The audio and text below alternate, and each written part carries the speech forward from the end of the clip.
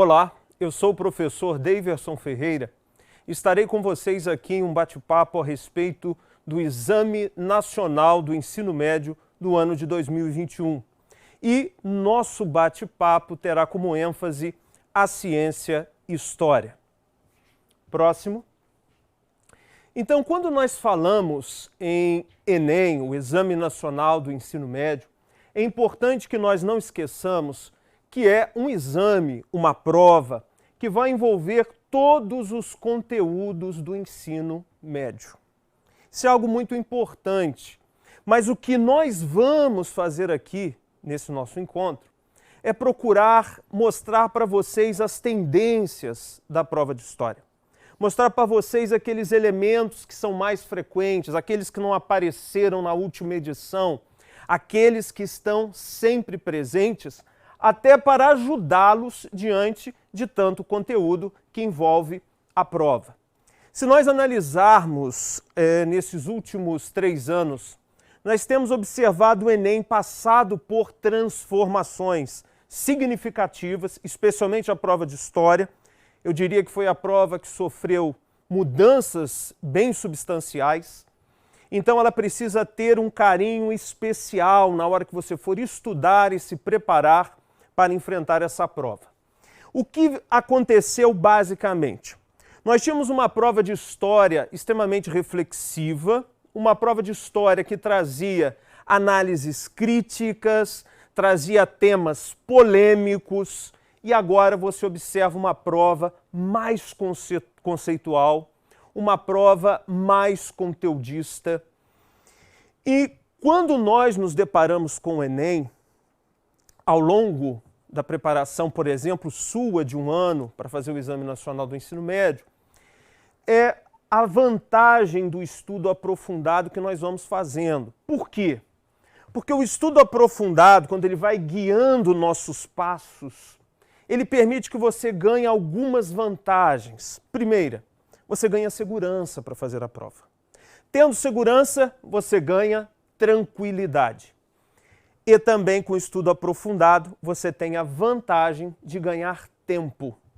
E tempo é ouro, já que a prova do Enem ela é uma prova muito longa. E quando nós falamos exatamente na prova de história, porque o Enem, como você sabe, ela tem aquelas áreas do conhecimento, não é? Natureza, linguagens, a matemática, temos também as ciências humanas e essas 4 áreas acrescidas pela redação. Então a história, quando ela vai ser trazida ali dentro da área de humanas, quais são as habilidades que você precisa ter? Saber interpretar os fenômenos históricos. Saber interpretar os fenômenos históricos, basicamente, é você entender, acima de tudo, o contexto que esse fenômeno histórico ele está inserido.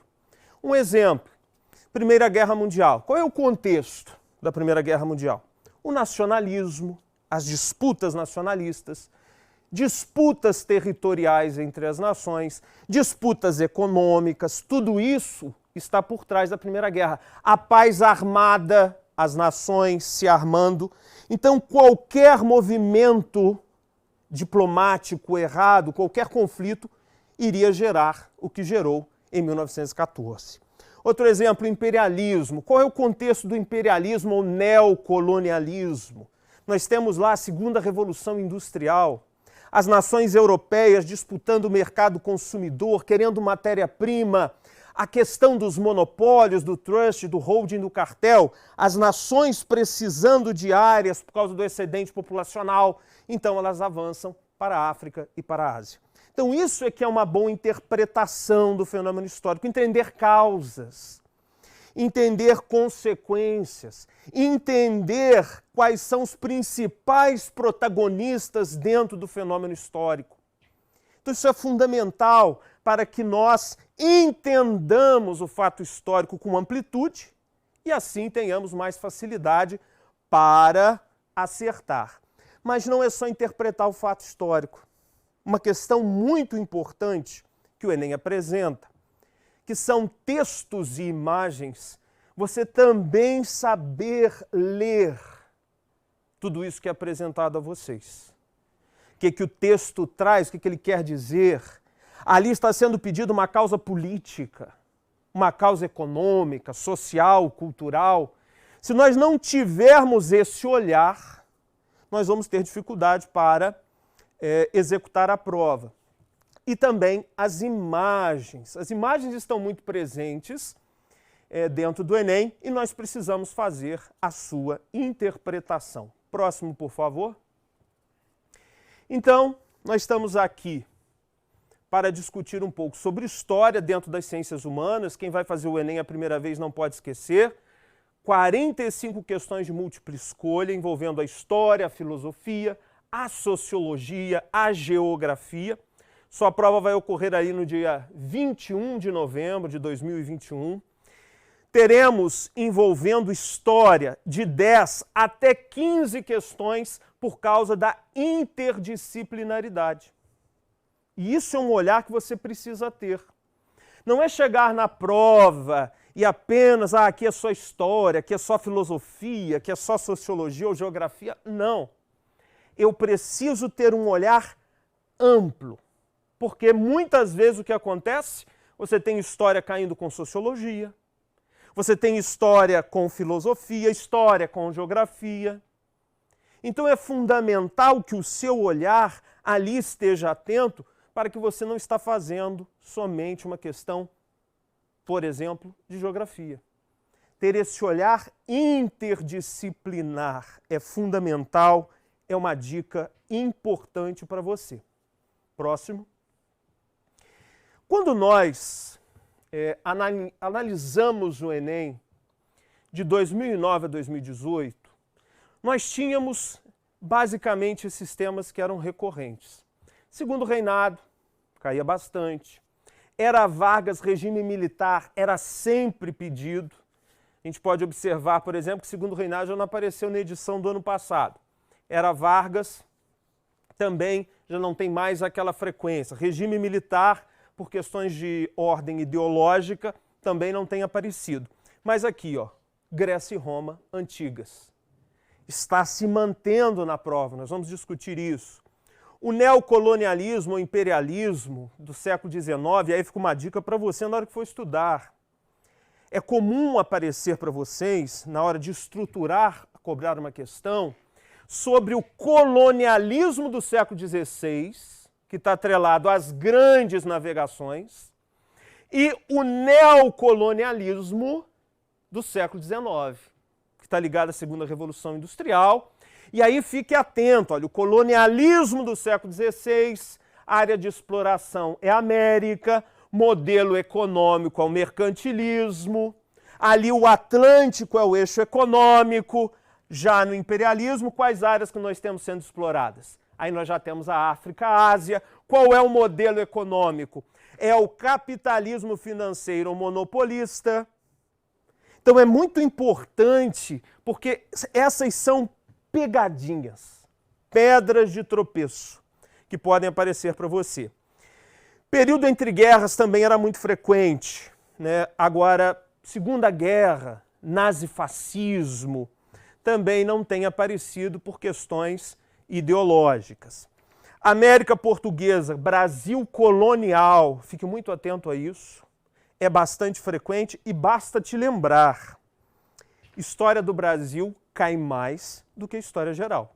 Também é claro, porque é o Exame Nacional do Ensino Médio, uma prova feita aqui no Brasil, logicamente que a ênfase vai cair sobre história do Brasil. E qual período que mais é pedido? Cai sempre, Brasil colonial. A independência do Brasil também é um tema importante. Por quê? Porque a construção da nação, o processo de nascimento, de consolidação do nacionalismo. Então isso está bem alinhado hoje com o governo, fique atento aqui à independência do Brasil, e a República das Oligarquias, que também é conhecido como República Velha, República Café, ou melhor dizendo, República das Oligarquias, que pode ser vista como República Café com Leite e faz parte da República Velha, que envolve República da Espada e República das Oligarquias. Então fiquemos atentos, esses eram os temas que eram muito frequentes. Eu vou passar para vocês daqui a instantes aquele tema que está todo momento presente. Próximo, por favor. Analisando as últimas edições, nós vimos temas que apareceram e temas que não apareceram. E por não terem aparecido, são temas possíveis, são temas que também caíram de forma, às vezes, indireta, e que aí, Grécia e Roma, ele é um tema possível e ele é um tema sempre presente. Por isso que eu coloquei dentro dos temas possíveis. Depois nós vamos ver aqueles que caem sempre. Fique muito atento em Grécia e Roma no aspecto das questões sociais.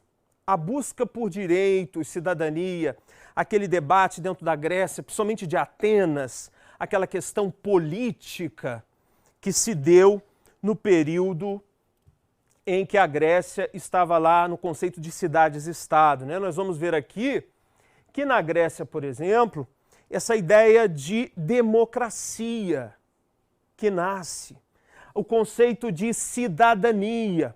Olha, Roma, com a criação do conceito de república que nós temos hoje. Então, questões sociais dentro da Grécia, questões sociais dentro de Roma antiga, as questões que envolvem democracia, cidadania, que envolve república, fique atento a isso. Idade Média. Idade Média também existe uma possibilidade de aparecer. Por exemplo, um tema quente, feudalismo. Você precisa entender os modelos, as estruturas econômicas ao longo da história. Né? Se a gente fizesse uma digressão histórica. Idade Antiga, modo de produção escravista, ali na Grécia e na Roma. Idade Média, modo de produção feudal. Idade Moderna, o chamado pré-capitalismo, capitalismo comercial ou mercantilismo. Na Idade Contemporânea, o capitalismo industrial. E aí o avanço, o desenvolvimento e o desdobramento desse capitalismo industrial em financeiro, até que nós chegamos hoje a um modelo econômico mais globalizado. Outra questão que é importante, o islamismo. Nós sempre, quando ligamos nossa TV, que tem notícias internacionais, nós vamos observar, por exemplo, conflitos no Oriente Médio que envolvam grupos religiosos, grupos políticos islâmicos. Então, entender o islamismo, o surgimento do profeta Maomé, o momento em que Maomé unifica o povo árabe, fazendo nascer uma nação com base na religião, e a expansão do Islã, que vai dominar grande parte do mundo, está atrelado aqui à Idade Média.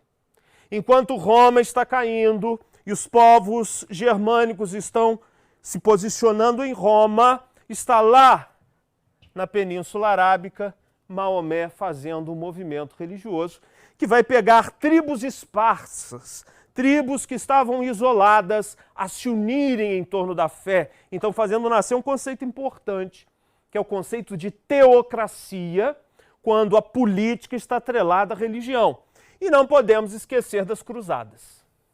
As cruzadas, que foi aquele movimento religioso e militar, nascido na Idade Média, ali no século XI, onde os cristãos vão partir para lutar para libertar a Terra Santa, Jerusalém, que é considerada a Terra Santa porque ali tem o Santo Sepulcro, onde Jesus teve os seus últimos momentos.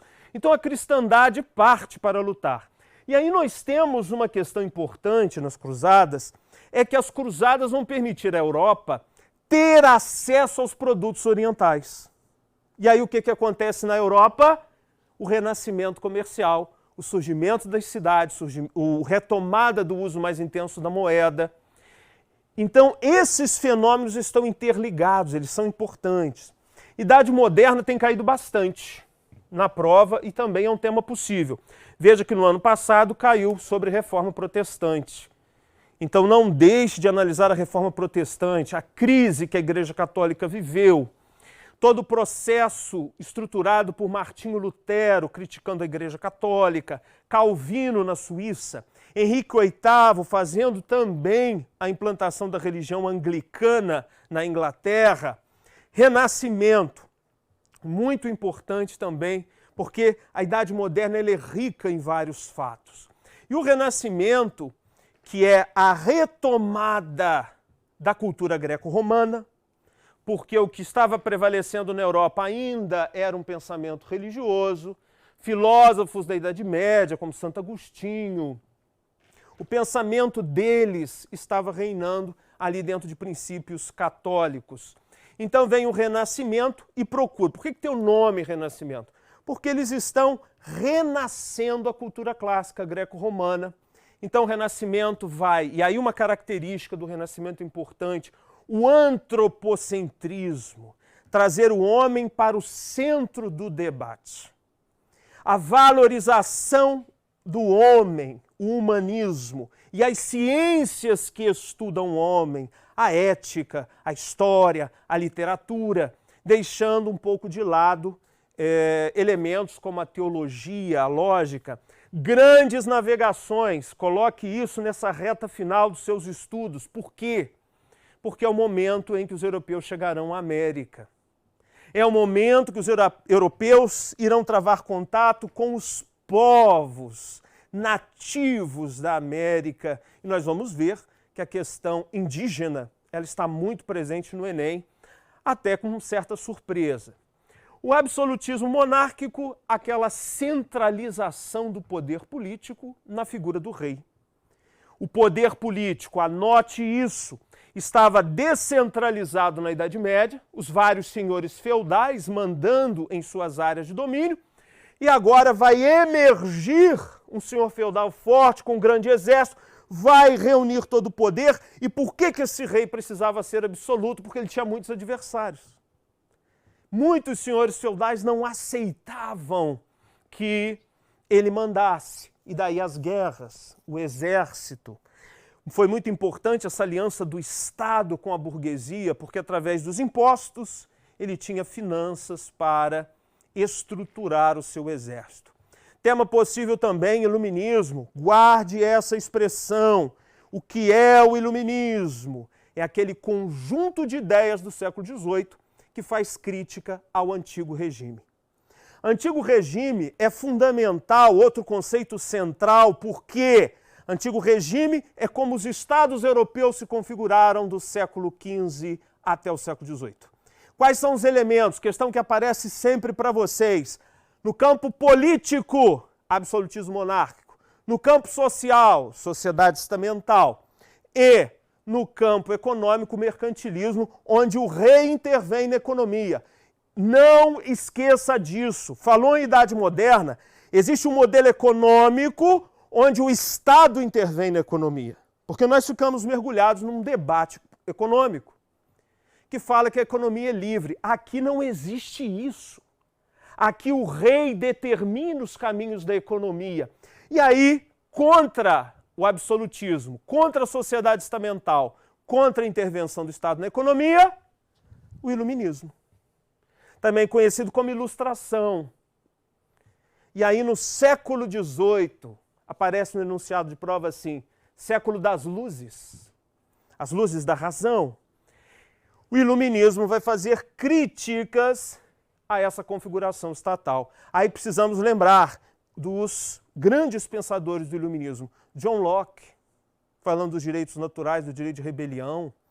Nós não podemos esquecer de Rousseau. As ideias de Rousseau vão embalar a Revolução Francesa. Rousseau vai falar que o poder está na mão do povo e o povo então se agita para derrubar o rei. Não podemos esquecer de Voltaire atacando os princípios feudais e a igreja.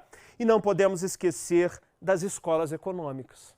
Porque aqui no iluminismo, com a escola inglesa, com Adam Smith, que nós vamos ter o nascimento daquela obra que é a Bíblia do capitalismo, a obra Riqueza das Nações. É nesse momento que vai aparecer o conceito de mão invisível, que a economia pode andar sozinha, o conceito de livre mercado, o conceito de não intervenção do Estado, o conceito de que a economia tem o poder de caminhar sozinha e de que o trabalho é a fonte de toda a riqueza. Então o iluminismo, ele é a antítese do antigo regime. Revolução Francesa, fique atento a ela, suas fases. Assembleia Nacional, Convenção Nacional, Diretório. O momento em que um rei é morto. E aí você tem que ter cuidado. Porque geralmente a gente acha, foi lá no ano de 1793 que o rei da Europa, Luís XVI, morreu. Mas não foi o primeiro rei a morrer por uma revolução. Nós temos lá as revoluções inglesas do século XVII, onde em 1649 o rei Carlos foi morto. Então cuidado se aparecer isso para você. Porque muitas vezes vocês ficam fixados. A Revolução Francesa foi ela que matou o primeiro rei na Europa através de um processo revolucionário. Não. No século XVII, 1649, na Inglaterra, isso já havia acontecido. Então aparecem essas pegadinhas para vocês muitas vezes. E a Revolução Industrial é aquele tema que precisa estudar muito, porque a Revolução Industrial moldou o mundo no qual nós estamos vivendo. A Revolução Industrial que nasce na Inglaterra, a Revolução Industrial que vai fazer agora a famosa fase produtiva da maquinofatura, as máquinas produzindo, e aí nós vamos ter várias consequências disso. A sociedade muda de configuração, agora a sociedade não é mais dividida pelo sangue, por ter terras, a sociedade é dividida em quem tem os meios de produção, e quem não tem os meios de produção tem que vender sua força de trabalho. A burguesia e o proletariado. É agora, isso aqui é importante, porque fica uma pergunta. Quando que o capitalismo se consolidou como modo de produção? Foi aqui, Revolução Industrial. A partir de 1750, que o modelo capitalista de produção se apresentou e se consolidou. Isso é fundamental que nós entendamos. Não esqueça, a Revolução Industrial tem 3 fases. Primeira fase na Inglaterra, com a sua matriz energética, o carvão, e também a produção de têxteis, ou seja, bens de consumo não duráveis. A segunda fase da Revolução Industrial, a partir de 1850 a 1860, você já tem um espalhamento da produção industrial. Alemanha, França, Bélgica, Estados Unidos, Japão, começam também a entrar nesse processo de produção em massa, em grande produção, produção através das máquinas. E não esqueça, a Revolução Industrial é um grande coringa para você na produção textual, na redação. Produção de lixo. Quando é que começou a produção em massa para ter lixo? Revolução Industrial. Poluição. Revolução Industrial. Concentração das pessoas nas cidades. E pela sociologia, quando a gente concentra muita gente em espaço pequeno, gera o quê? Conflito. A Revolução Industrial, ela traz várias questões ambientais, sociais. Por exemplo, é nesse momento em que nós temos crianças e mulheres também sendo arrastadas para o meio do trabalho de forma intensa. Aí muda a configuração da família. Então a Revolução Industrial é um coringa que você pode avaliar aí muitas questões em torno da produção textual. Próximo, por favor. Primeira Guerra Mundial é um tema que pode aparecer para você. Fique atento às causas da Primeira Guerra, como nós falamos aqui, o nacionalismo, a paz armada, disputa por territórios. Fique atento à eclosão da Primeira Guerra com a morte do arquiduque Franz Ferdinand. E aí nós vamos ter a Tríplice Entente e teremos a Tríplice Aliança entrando num forte confronto. E aí, os tratados após a Primeira Guerra, muito importantes. Porque, por exemplo, o Tratado de Versalhes, na Primeira Guerra, ele penaliza a Alemanha. A Alemanha entra numa crise política e econômica, e aí o que acontece com a Alemanha? Ela entra no caos, aparece o discurso nazi-fascista, e aí nós temos a Segunda Guerra. Não acredito que Segunda Guerra, nazifascismo, isso vai aparecer para você. Mas os tratados da Primeira Guerra, sobre a Alemanha, o Tratado de Versalhes, sobre a Áustria, o Tratado de Saint-Germain, e sobre o Império Turco, que existia desde o século XIII até aqui, o século XX. O Império Turco vai ser esfacelado, fazendo nascer o Oriente Médio que nós conhecemos hoje. Brasil colônia. Muita atenção no Brasil colônia. A questão, por exemplo, do aspecto econômico. A extração do pau-brasil como primeira atividade econômica do Brasil. Depois vem a produção de cana-de-açúcar. ali com a implantação, com o início da colonização em 1530, mas sistematizada em 1532, 34, com o sistema de capitanias hereditárias. E aí temos atividades em volta da questão do açúcar, a pecuária, as drogas do sertão, que foram fundamentais até a pecuária para expandir nossas fronteiras.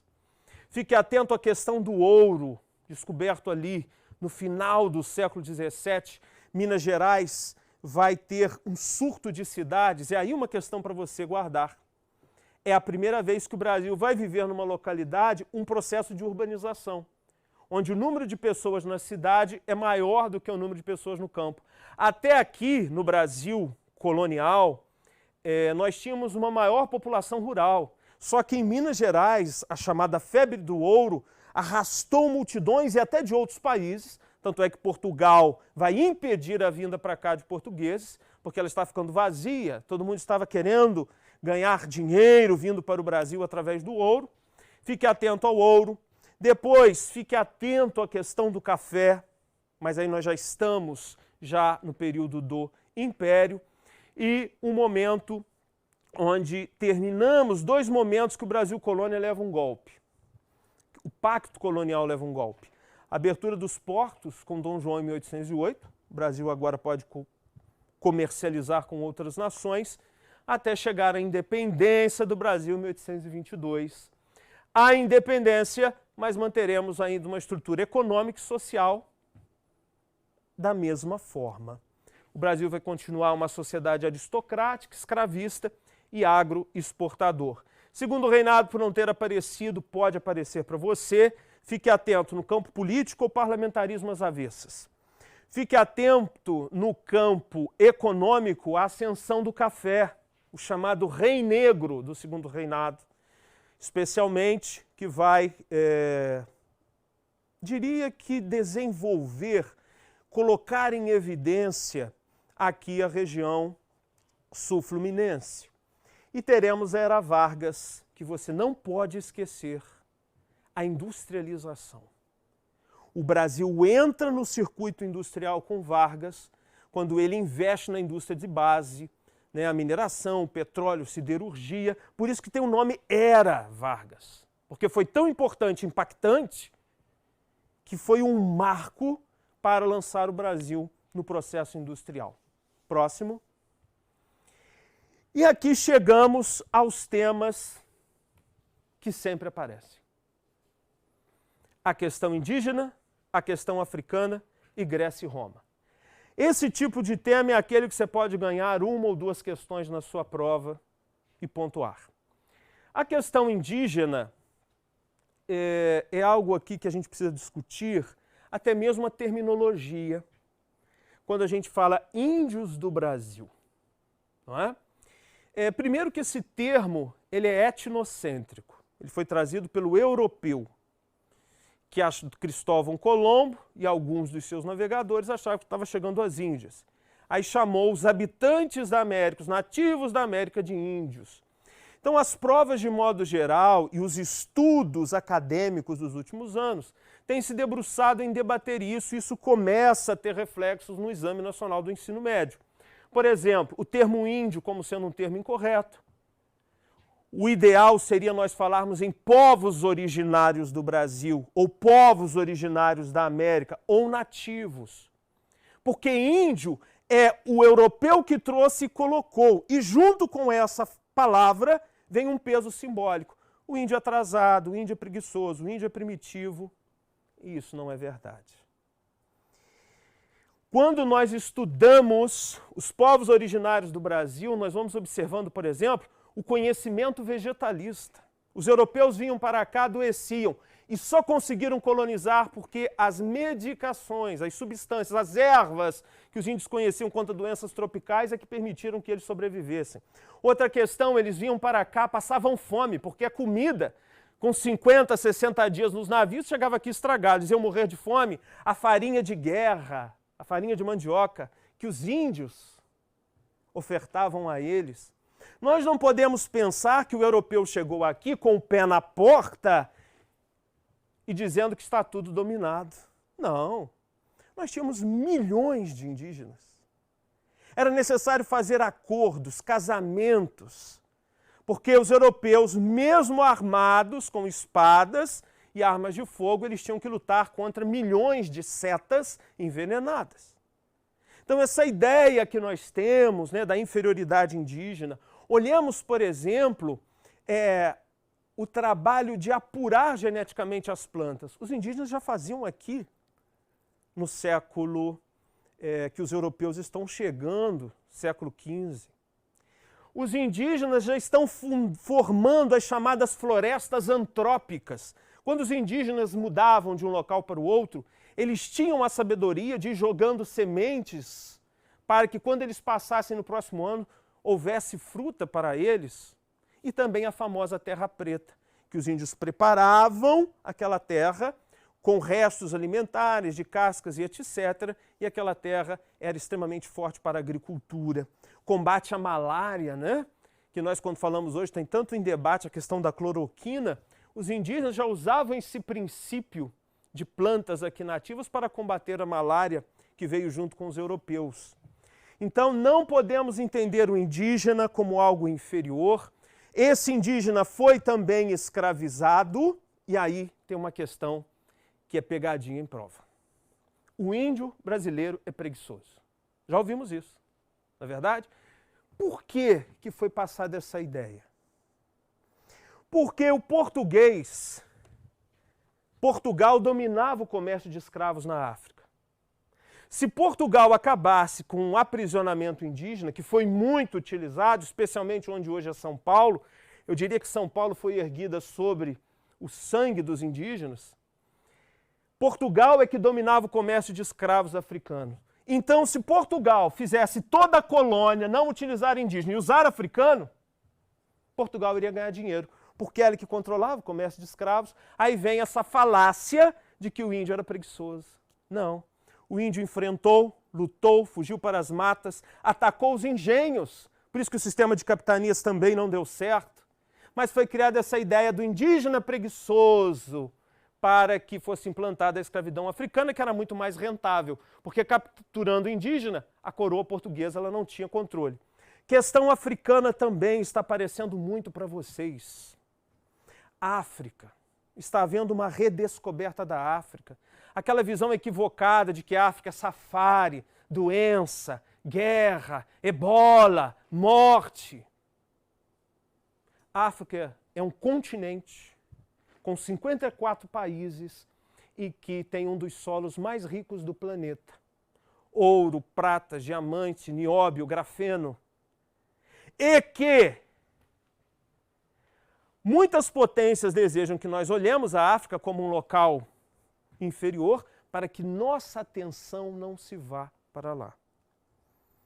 A África que tem aí mais de 2.000 etnias. África que tem vários dialetos, várias culturas, e nós temos, da mesma forma que o indígena, achando que a África também é um bloco único. Nós achamos que os índios do Brasil são um bloco único. Isso começa a cair nas provas de vocês, gerando dificuldades. E aí, a escravidão em África, os escravos vêm para a América. Acredita-se que por volta do século XV até o século XIX vieram para cá algo em torno de 15 a 18 milhões de cativos e 40% deles vieram para o Brasil. E a população brasileira é, sim, afrodescendente. Por isso, estudar a cultura africana é fundamental.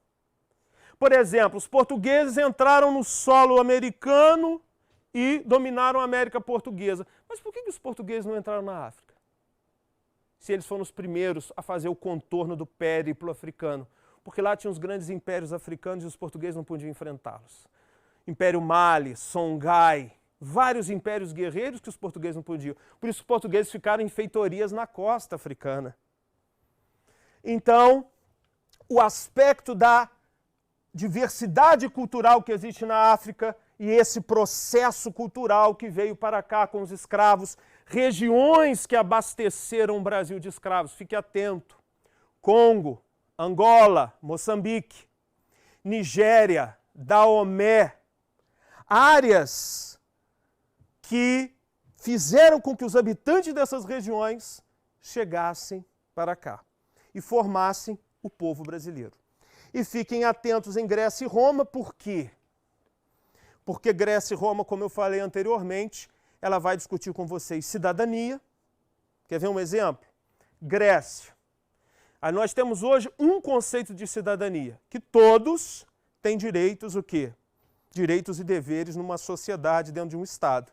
A Grécia, que foi o berço da cidadania, não tinha cidadania plena. Porque, por exemplo, Atenas, quem tinha direitos? Homens em idade militar que fossem filhos de pais e mães atenienses. Que cidadania é essa? Onde, por exemplo, mulheres, menores, escravos estrangeiros não tinham direito. Então isso vira pegadinha de prova. A Grécia é o berço da questão da democracia, mas dentro da Grécia não tinha. Ela era restrita. Aí isso cai na sua prova, você olha com o olhar do presente sobre cidadania, que todo mundo pode se manifestar politicamente, aí você vai lá e marca uma questão, mas na Grécia não. Era uma cidadania, uma democracia que tinha um papel o quê? Que tinha um papel mais restrito.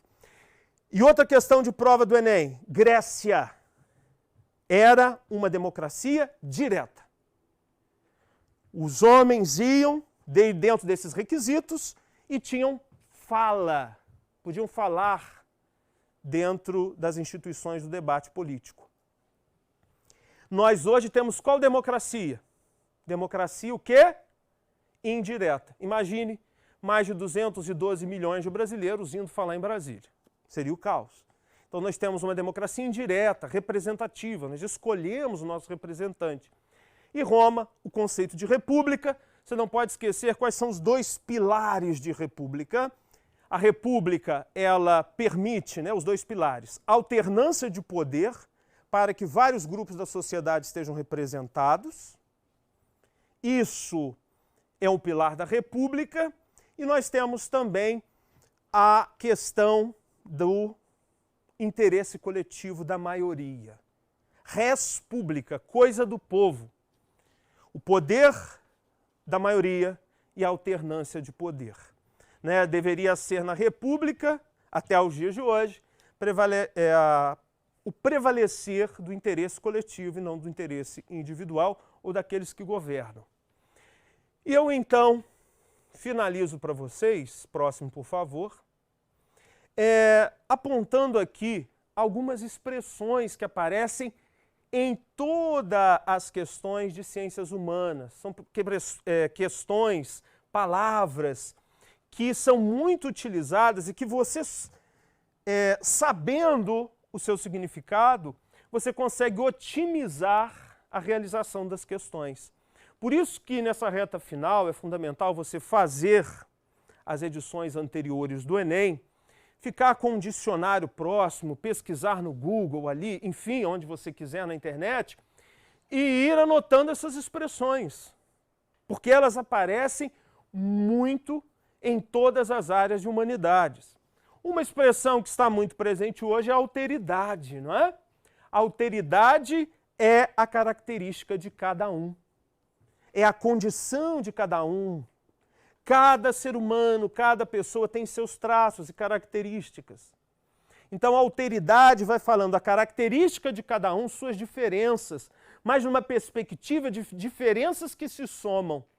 Porque quando você respeita a diferença com o outro e vocês debatem uma questão, você tem olhares diferentes olhando a mesma questão.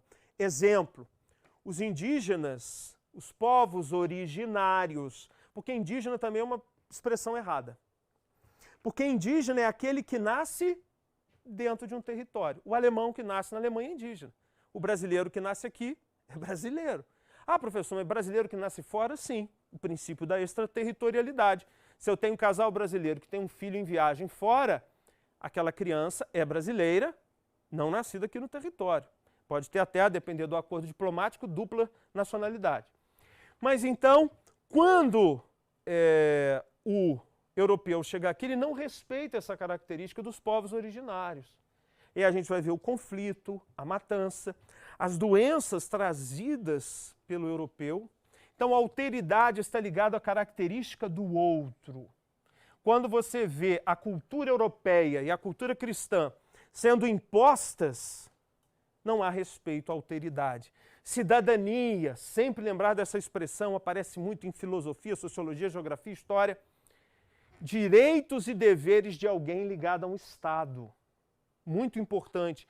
Constituição, não é? O Brasil teve 7 constituições.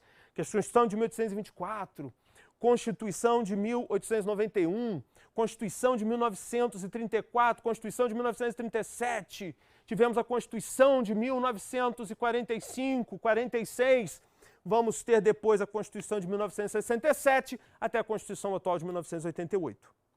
Constituição é a lei maior da nação. E aí vale uma reflexão, cai muito para vocês. Quando a mulher vai votar no Brasil? Só a partir da Constituição de 1934. Ela tinha direito civil, mas ela não tinha direito político. Nós vamos ver isso. Então, quando a gente fala de Constituição, e aí uma dica para você estudar nessa reta final, dê uma olhadinha nas Constituições no quesito eleição. Como é que era o processo eleitoral dentro das Constituições? Aparece muito nos vestibulares de modo geral, inclusive o Enem. Cultura. Cultura, se a gente fosse definir para um aluno do ensino médio, um aluno secundarista, a cultura seria tudo que o homem produz, material e imaterialmente. Desde o campo das ideias até uma cultura material. A cadeira, por exemplo, é uma cultura material. O celular é uma cultura material. Tá? Fique atento a isso. Democracia, falamos isso e vamos reforçar. A democracia direta, você vai e exerce o poder de fala na busca do seu direito. O que seria democracia direta hoje? Que eu falei para vocês que é impossível todos os brasileiros se dirigirem a Brasília e todos os mais de 212 milhões de brasileiros falarem. Isso é democracia direta. Você exerce diretamente o seu poder político. E a democracia representativa é que nós vivemos hoje. Nós escolhemos nosso representante para ir lutar pelos nossos direitos. É o que nós vivemos hoje. Fique atento a direitos do indivíduo no campo civil, político e social. Outra expressão que aparece muito, por exemplo, direito civil. São os direitos inerentes à criatura humana. Você, ao nascer na condição de homem, mulher, você já tem direitos íncitos à criatura humana. Direito à liberdade, direito à igualdade, direito à propriedade privada, direito de expressão. Isso são direitos inerentes à criatura humana, direito civil. O direito político é o direito inerente à área política. Eu tenho o direito de me candidatar no cenário político. Eu tenho o direito de me expressar politicamente.